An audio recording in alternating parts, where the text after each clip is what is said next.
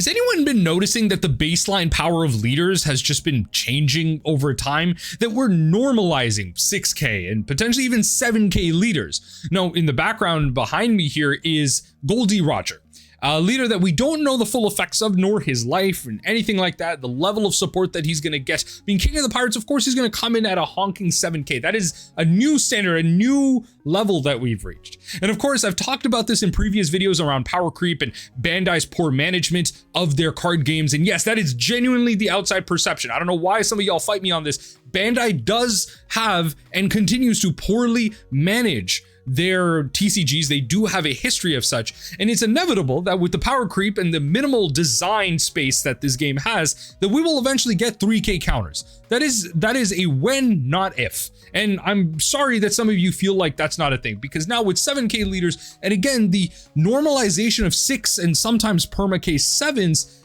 we see this shift in what it means to be the status quo in this game. And I wanted to kind of just bring it to y'all's attention. I don't know if I have a solution, I just wanted to bring it about. Now, notably, Goldie Roger being purple is notable, although the general brokenness of purple right now is in the Straw Hats package. It's because we've been enabling Luffy typle for the longest time at this point.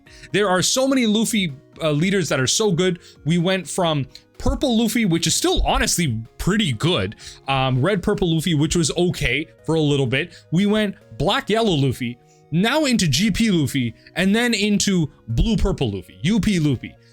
There's Luffys everywhere. It's just you cannot escape the meta of this leader. And of course, Luffy being the front face of the anime, that makes sense, but that just doesn't leave room for other characters in the game. Like, we still don't have certain Straw Hat members that we don't have them as a leader. There are literally, like, go right now, look it up. Look at all of the Straw Hat leaders.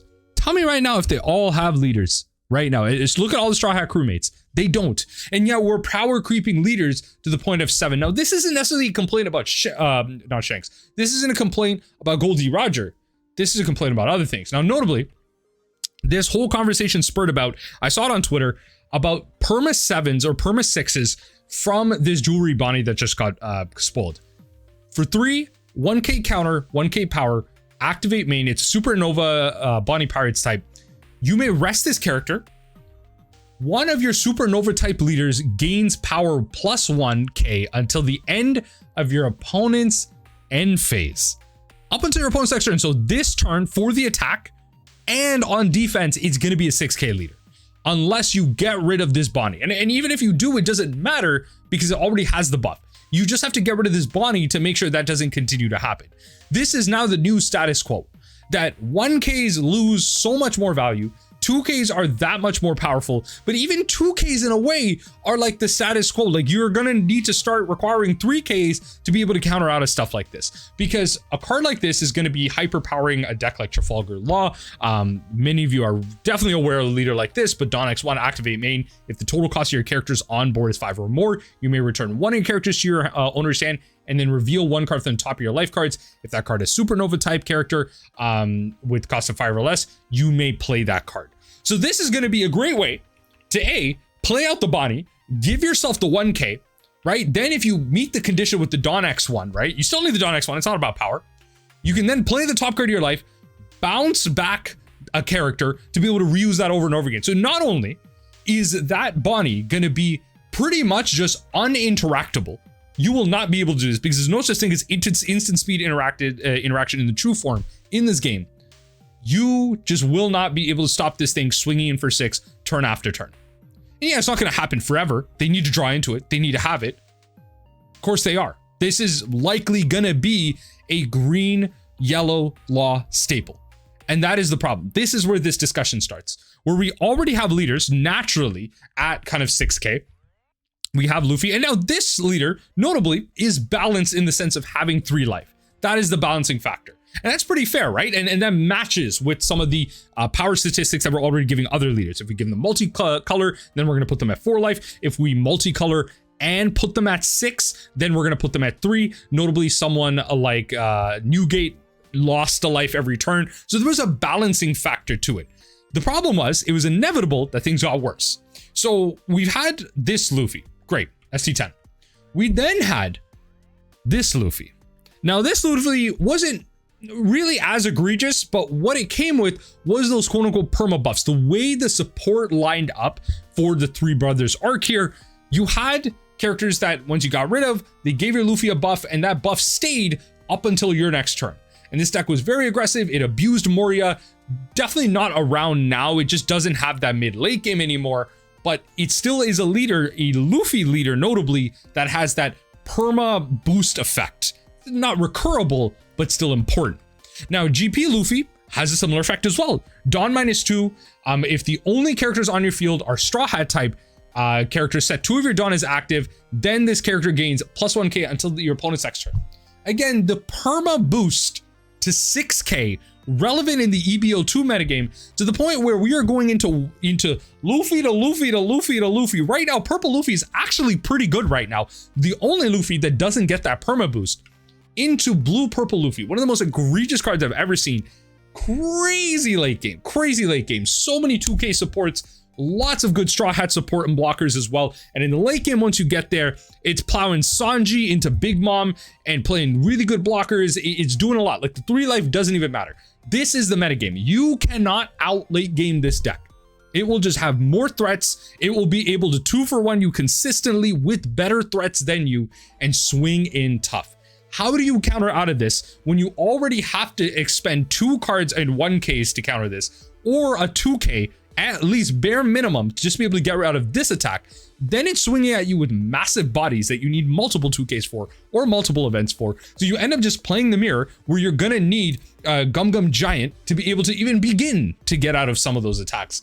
And so that is where the problem with these perma 6k leaders become. Because not only are we hyper supporting the Luffy metagame, the Straw Hats package, because that is the only way to play purple now, but we're also buffing these leaders to the point where they're really powerful and they're already at 6k, let alone the fact that Nami, only playable because it's not purple. Let's be honest here. Blue, cool, but blue base removal has been largely made irrelevant. Red Rock still sees some play, but honestly, GP Luffy just makes Red Rock, not Red Rock, I should say, it makes Gravity Blade wholly unplayable. And the decks that beat green purple Luffy do actually fall relatively well against Gravity Blade, so that's kind of nice. But if you're going at high level tournaments and that's not locals, you're gonna be coming up against a lot of GP, and that blue base removal is just not gonna be relevant. You have to leverage the yellow side of something like Nami to get offensive and attack your opponent's life in that aspect, while using arguably the worst parts of the Straw Hat package to be able to make this card a perma 7k. But it's not even perma, right? Because yes, you get the 7k, but that's on your opponent's attack. You don't get the 7, like you don't go to +2 on your turn. So that's the part of this card that's like honestly perfectly fine. You don't get that boost on attack and on defense. Your opponent still has to attack. You have to commit a Dawn to this thing. So yeah, it kind of is 6 on the attack, but it doesn't go to 7, right? For that easy investment, you don't just add a Dawn, immediately go to 7 and make combat really tough. On attack, you have that Dawn commitment, you probably swung in for 6, and then you get +2k, you're at 7 for the rest of combats on that turn, making combat a lot tougher for your opponents. It just changes the status quo, and I think it's like a troubling direction for the One Piece TCG. Now, I think lore-wise, you can justify Gold D Roger. I think I'm largely okay with that. But the troubling direction of the hyper support for Luffy and Straw Hats, the lack of support for other leaders, although trickling, right? Like, you know, we got some upcoming Impel Down stuff and some blue stuff, but blue base removal again has largely been put down. Now it's just all about being aggressive. It's all about being purple or just being aggressive. And with these changes, again, I'm not going to be surprised if down the line defensively, we're going to have to change the status quo to 3k. And if we start getting 3k counters, folks, I'm telling you right now, if we start getting 3k counters, the game's dead. All of your 5k leaders are officially unplayable. They're officially unplayable, right? Because once you introduce one 3k leader, you will introduce more. And we will eventually start going down the line of 2-time searchers. So cards that can look at the top 2 of your deck or top 4 of your deck and look for 2 cards. That is the thing. Already, we have some of these options existing, obviously with downsides, but that downside over time will be mitigated by the support that's introduced for leaders like that. The basic structures that we hold as pillars of the game will eventually be outdone, and we already see this underneath us. We've accepted it, we are okay with it, and a lot of people are more upset with rotation, the introduction of it, and an eternal format than they are with something like this. I think there's a lot of front-facing issues with this game, and it sucks to see so many people that just like, you know, they don't know better. You know, a lot of people quote me for playing Magic and just Magic having a lot more problems. I don't think game design wise there are equivalent problems, right? There is examples of power creep. There is examples of cards being outdone. But the beauty of Magic is that there are other formats and other ways to play. Just because one format is being super power crept, you can just go into another format. There are so many ways to play. There's so many casual ways to play. There are formats where every card has a home. There are formats where 10-cent cards are absolutely broken because of the nature of them. And that's the beauty of Magic the Gathering. There's variety of play. Unfortunately, One Piece sticks you in one environment, upcoming 2. There is no other way for you to experience the decks that you want to experience because the support isn't there and the formats aren't there. And honestly, coming down the line, I'm surprised if none of your old stuff will cease to be playable in any way, shape, or form.